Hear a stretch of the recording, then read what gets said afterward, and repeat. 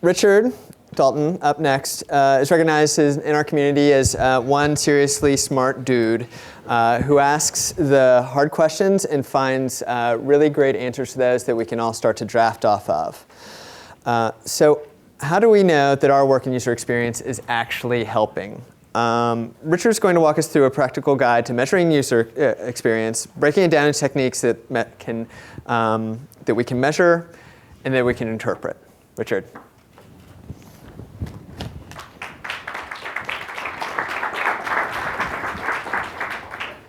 Thank you, Brendan.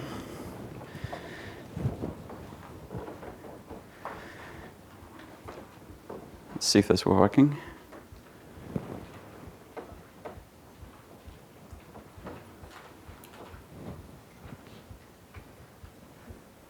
Okay, good. We're working. Okay. Before we get started, I'd just like to give some breaking news, though. I saw on the Twitters, wow, these lights are bright. I saw on the Twitters a few minutes ago that Charlie Sheen has officially been fired from 2.5 Men.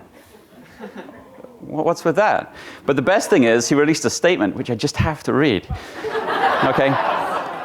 Mr. Sheen released a statement to TMZ.com saying, in part, this is very good news. Now, you got to credit the guy for a positive attitude, right? They continue to be in breach, like so many whales, adding, and I had never have to put on those silly shirts for as long as this warlock exists in the terrestrial dimension. I mean, can we please have him speak next MX? I mean, please? Okay. As Brandon mentioned, I'm a user experience manager at Vanguard, which is the world's largest provider of mutual funds.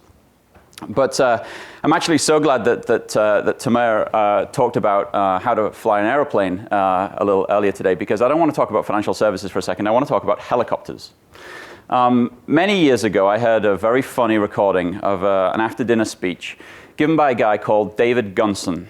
And David was an ex-fighter pilot and air traffic controller. And in his speech, he talks a little bit about helicopters and how to fly them. Helicopters, he said, are very strange beasts. They have a stick between your knees, and the rule with helicopters is you mustn't keep the stick still. Just keep it moving. Doesn't matter where, just keep it moving. He says you apply phenomenal amounts of power to these things, and they defy all known laws and lift off, when of course they should screw themselves into the ground. Now, once they're off the ground, he says, you go crazy with the stick. You just keep it moving in any direction, it doesn't matter, until you get to a safe height. And when you get to a safe height, you hold the stick in one position, and you watch what the helicopter does. Because if you want it to do it again, that is where you put the stick. Right? There's a lot of hit and miss involved and trial and error with choppers, he says. Even the manufacturers don't have a lot of faith in these things. That's why they typically put wheels, floats, skids, and skis on them, just so you've got a fighting chance wherever you might come down. Now, we don't fly helicopters at Vanguard. We don't even have private jets at Vanguard. But this concept of observation and trial and error is very, very familiar to us. Because over the past 2 years or so, particularly in the last 12 months since I was at MX last year, we have been holding the stick in one position and watching what our experience does so that we can learn about it and improve it. And that's some of what I'd like to share with you today. Now, I can hear some of you thinking, oh my God, this is another presentation about ROI or user experience. But I can assure you it's not. In fact, I even tried to come up with a funny slide to illustrate that point, but pretty soon I realized that there is nothing funny about ROI, and so I had to give up. You see, there are two types of measures and audiences for measures. The first are decision makers and stakeholders who use measures like ROI to justify doing user experience design in the first place. The second are our teams, which many of us manage, who need to use measures to understand why our experiences are succeeding or more commonly failing, and to make them better. And it's those types of measures by practitioners, for practitioners, that I'd like to focus mainly on today. So let's take a look at what we'll cover today. We'll talk about the importance of objectives. We'll talk about measures themselves. We'll talk about success criteria. And then I'll conclude by describing some cultural challenges that we've been facing at Vanguard and what we've been doing about it. So the first thing is, when you're measuring your experience, it's very, very important to measure that experience against what it's set out to achieve in the first place. Okay? You have to understand your objectives of your experience. These are my two boys, Adam and Alex. They're 8 and 6. And they've been doing Taekwondo, I know, and they've been doing Taekwondo twice a week for the past 6 months. But that's not how they measure their progress. You see, they're yellow belts at the moment, and they want to become black belts. They talk about it all the time. And they measure their progress against how far away they are from being a black belt. This is their 3-year-old sister, Abigail. She's just a white belt, and all her objective is to catch up to the boys. So how can we understand the objectives of our experiences? How do we figure those out? Well, we use this very simple model as a reference point for talking about that. We know that our users have goals. They like to retire when they're 55, send the kids to college, and buy the beach house. And our business has goals. Vanguard is a client-driven organization, so one of our goals is to lower costs so we can pass those back on to our clients. And those goals are realized through tasks. Users do stuff to reach their goals. They open accounts, they check their balances, they find mutual funds. And we, the business, we want users to do certain tasks, like roll over their IRAs so we can increase assets, or turn off their paper statements because they're expensive and we can lower costs and pass the savings on. But we know that users aren't just robots blindly performing tasks. They're human beings, they have emotions and feelings, and those are important contexts for us. Click. Users feel certain ways. They may be worried and anxious that they're going to reach their goals. They may be confused by the choices available. And our business, we know we want users to feel a certain way. We want them to feel confident and independent and successful and trusting. These tasks and emotions then are realized through our multi-channel experiences. We break our experiences down into smaller chunks called capabilities. And it's these capabilities that enable clients to do the things they want to do and encourage them to do the things that we want them to do. These capabilities are created and changed over time then by projects. Now, it's very important when you're establishing objectives for your user experience and therefore measures that you do so at the capability level and measure how well your capabilities are satisfying your user tasks and emotions. If you do it at the project level, your experience becomes very, very schizophrenic because every project along defines a new set of objectives, a new priority, a new set of measures. So you never have a stable baseline over time with which to see whether you're succeeding or failing. So in order to establish measures and objectives at the capability level, we have developed a technique and a deliverable called the Capability Strategy Sheet. And in order to help us create capability strategy sheets, we've created a framework of user tasks. We have mined 10 years worth of user research that we've been doing, client interviews and mental modeling sessions and contextual inquiry and things like that. And we've identified about 90 different tasks that represent the entire life cycle of a user's interaction with Vanguard. And we group them into these 8 categories. And we did the same thing from a business perspective. We did lots of stakeholder interviews and focus groups, and we identified about 45 tasks that the business wants users to do, and we grouped them into these 7 categories. And in the middle, we have our multi-channel experiences, split out into capabilities and across channels. We have a lot of capabilities because we've got a very extensive multi-channel experience. 600 capabilities, and still the list is still growing. Now, the capability strategy sheets, this process that we've created in this deliverable, is so key to our measurement process. I'd like to briefly describe how to create one for you. And I'd love to use a Vanguard example, but then I'd have to kill you all. So instead, we're going to use an example from a fictional pet store that I've created, which hopefully doesn't kill its parrots. And this particular pet store has a website, and the website has a capability called an item profile. It's the product details page for something that the pet store is selling. So how we typically create a sheet, we get 5 or 6 people from the design and business teams in a room, and we each give them an individual copy of our task framework, and we say, hey, spend 10 minutes and just circle anything that you think this capability has to satisfy, all of the tasks from both the business and user-driven sides. And then after 10 minutes, we come back together and we have a great collaborative discussion and reach consensus on all of the tasks that we think we have to satisfy in this particular capability. And then once we've done that, we print them onto stickies, and we've geeked out a little bit, and we've laminated them and put them on magnets so that we can reuse them on our whiteboards. But we put them on whiteboards, and we group them and order them into priority order. And we rank them 1 through N. And then for each of those tasks, we talk about and think through and document the emotional considerations that might be at play in that task, a high-level approach to solving that task, and most importantly for today's discussion, the success metrics and criteria that will tell us whether or not we are succeeding or failing in that task in this capability. This is what a finished capability sheet looks like from our format and our perspective. The first column, if I can find the laser pointer on here, the first column is the tasks in priority order. The second column is the emotions. The third column is the high-level approach. The fourth column are the success criteria, and this fifth column is just a general notes area. Now, you probably can't read this from the back, and that's okay. I did bring paper copies of this if you want to take one at the end. I didn't hand them out ahead of time because otherwise you'd read that and not listen to what I'm saying. But they're out on the table, the registration table out there. If you'd like to take one at the end of the day, please feel free. So our project teams find these sheets useful for many different reasons. The one that I'm focused on today, obviously, is the measurement aspect. So let's dig into measurement a little bit. We break measurement into two discrete pieces, measures and success criteria. A measure is simply that, something which can be measured, a data point that you can plot against a scale. So time, user clicks, amount of client feedback, all examples of measures. A success criteria is a target which will indicate whether or not you are succeeding or failing. So 20,000 user clicks, 30 seconds, 10% negative feedback. Let's drill first into measures.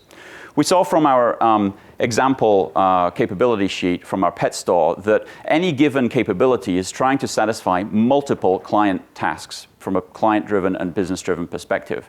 But very typically, only one or two of those tasks will represent the true desired outcome of that capability, the thing that users really want to do and that the business really wants users to do.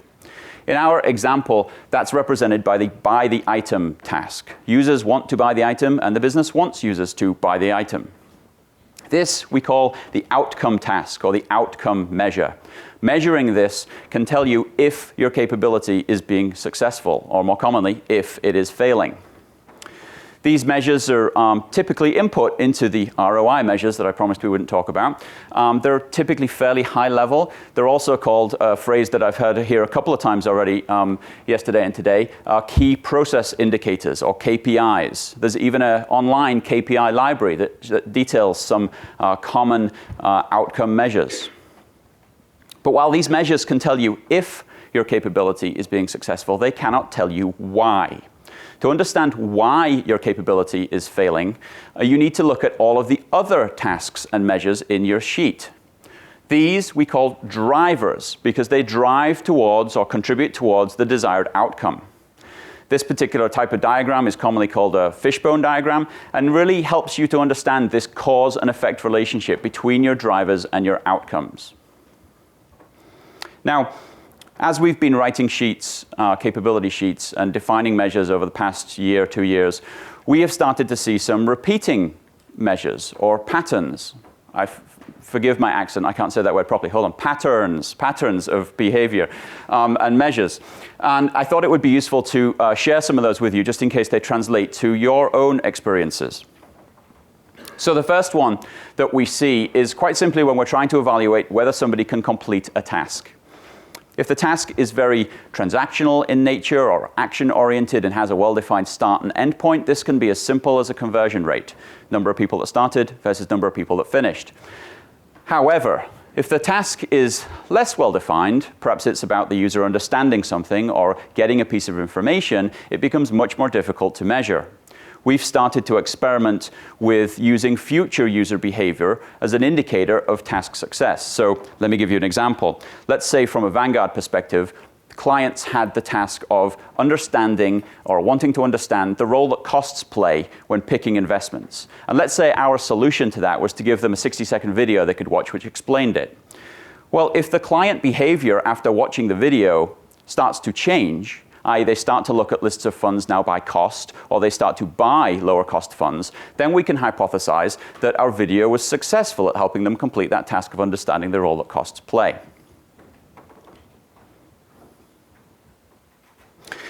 We also have situations in our experience at Vanguard where clients know exactly what they want to do when they come to a page or a capability.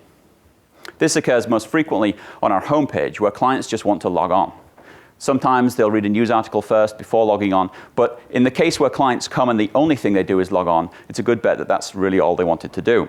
And if we see clients taking what we feel is too long a time to log on, 30 seconds to log on versus the 5 or 10 seconds we feel it should take, especially clients who perhaps aren't as frequent clients that log on, so they're not as familiar with the site, then we can hypothesize that, well, maybe we hid the logon fields too much. Maybe they're not prominent enough. We also measure fairly simple things like, do our links meet expectations? So if we see people bouncing back from clicking links straight away, then we can start to hypothesize, well, perhaps that means the link was poor, the wording was poor, or the broader context that the link was presented in was misleading the client into what they would get when they clicked it. We do try and stay away from kind of client-driven or client-reported behavior as much as possible. We really prefer behavioral data or web metrics and usage data and things like that. But in some cases, it is unfortunately unavoidable, especially when you're trying to measure something like client satisfaction.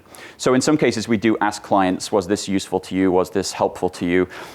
We do try and get a bit more specific in some cases, and we ask them why they didn't do a certain behavior. So if they didn't buy the item, we can say, well, why didn't you buy the item? And survey data like that can lead us towards understanding whether or not people are being satisfied by a certain task. We also have situations where some of our clients want summary data, and some of our clients want lots of detail. And so we provide that in our experience. We provide summary and then a click for more details. Well, if everybody's clicking into the details, that can be an indication that we're not providing enough information in the summary. Conversely, if everybody's staying at the summary, perhaps we're providing too much information in the summary and overwhelming people. This also works across channels. So perhaps if you've got some people on your website who then call for more information, well, that can be an indication that you're not providing enough information in your web capability. And finally, our last pattern that we're seeing is, let's say we've provided a link from page A to page B. And people are going from page A to page B, but they're not using that link. They're going from page A back to the home page and then to page B, or they're using global navigation rather than using the in-page link. Well, we can start to hypothesize what's wrong with that link. Is it not prominent enough? Again, is it worded incorrectly? So we can use these kind of relative paths of navigation to the same destination to help us understand and predict whether or not people are using our experience in the way that we expect. Now, these 6 types of measure are just 6 common ones that we've been seeing. We have many, many more that are much more specific and unique to the circumstances that they're in, the task and the capability that they're measuring. And we actually got into a great conversation at our lunch table today about this, and I ended up almost giving this presentation to the poor unsuspecting 3 people or 4 people that were sitting at the table. But we started to realize, or I started to realize and say that the lower level you get with your measures, especially around driver measures, the more granular you get, the less you can translate measures. That's why the outcome measures that I mentioned, these key process indicators or KPIs, you can have a library of those because they're conversion rates and things like that. They are fairly transferable because they're fairly high level. These types of measures on drivers, however, they get very granular very quickly. They're very particular to your own experience. So while patterns like this may be useful in a general sense, don't expect that you can just go back to the office and say, oh yes, we'll use this one and apply it to one of your tasks and your capabilities. You need to think through those. And when you're thinking through those, when we're thinking through new measures as well, we ask ourselves 2 key questions. One, we say, well, if we really satisfy this task well with this capability, if we knock it out of the park, what will the user behavior be and can we measure it? And secondly, and more usefully in a lot of cases, if we really screw it up, okay, if we really don't solve this task well, even to the extent of not solving it at all, what will the user behavior be and can we measure that? So we've taken a look at some measures, things you can measure, but how do you know if they're good or not, right? How do you know if that represents success or failure? So that's where we get into success criteria. We see 2 types of success criteria. One which we've termed enduring, which we typically use for kind of ongoing monitoring of the health of our experience and our capabilities, and one which we've called temporary, which we typically use for kind of point-in-time improvements when we're focused on making an improvement in a capability and we want to get some extra data to help us make that decision. Enduring measures typically take the form of measuring your production experience against a preset threshold or criteria.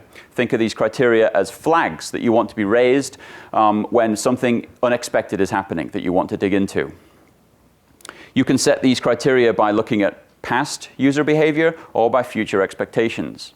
What I mean by past behavior is you can say, well, within this capability, we've been satisfying this task over the past 12 months at about 50% on average, and so we're going to use 50% going forward.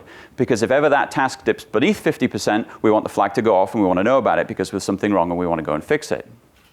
Or you can use future expectations. You can say, well, we designed this experience, and we expect everybody going from page A to page B to use this link, to go this way. And if lots of people are not doing that, let's say less than 80%, then you want the flag to be raised because now your experience is not behaving the way you expected it to when you designed it, and an indication that perhaps there's something wrong. So in our example capability sheet, we have this task of get information about the item. We typically satisfy this with summary information and details and pictures of photographs of the product. And we can say, well, what would be the worst thing that would happen if we really screwed that task up with this information? Well, the users wouldn't buy the item. So we can say, all right, well, let's survey everybody not buying the item, a loss of sale survey, and ask them, why didn't they buy the item? And we can say, well, we measured that over 12 months, and at no time in the previous 12 months did it spike above 5% of people saying the information was at fault for them not purchasing the item. And so we can use that 5% going forward. And if it ever spikes above that, then something has happened, something's wrong, we unexpectedly broke something, and we want to go and fix it. Temporary measures tend to be much more comparative in nature. These take the form typically when you have multiple solutions that you'd like to use to solve a task, and you want to A/B or multivariate test them against one another in order to get some data to help you make a decision. Notice I said to help you make a decision. I'll get back to that in a little bit. This gives you point-in-time winners, right? You just need to show statistical significance, which I'm not going to get into right now. So we have a task. We have a task in our previous capability example for printing details about the item. And we can say, well, we could solve that via a link or a button, and we could put it at the top or the bottom or the left or the right, all these different solutions, and we can A/B test them against one another to find out which one most successfully completes the task or helps the user complete the task. So these are some of the tools and techniques that we have been using to establish objectives and measures and success criteria for our experience and measure our experience over time to see if we're succeeding and failing. And we've used some of these techniques both in production, and we've also used some of these quantitative techniques in where we have an experimentation region where we're able to put lots of client data and client information and get clients in there, and they see the designs that we are creating with their own data at scale, and we can use that quantitatively. And so we've used some of these measures, especially the temporary ones in that experience too. So what have been some of the cultural challenges that we have experienced as we have been doing this type of work? The first one is that when you start using data in this way to make decisions, or to help you inform decisions, and when you start measuring your user experience like this, it can get a little uncomfortable, especially for some people, because using data in this way and measures in this way is a little alien to some people involved in the user experience field. We've found that being very open about the data and what we're doing and the measures helps us here. We talk openly about who we're measuring, what we're measuring, why we're measuring it, what we're going to do with those measures, and probably most usefully, the limitations of the measures and what they can and cannot do. And that helps people feel a little bit more comfortable. Also, we're very inclusive. We bring people into the process of defining measures very early. We give them input into it. We take their opinions, and we let them drive and help drive what we should be gathering, because then they have much more buy-in to the results and the data that comes out of that. The second thing is to don't be afraid of gathering valid data. You do not want a reputation for only gathering data and putting measures on things that support your particular opinion of what the design should be.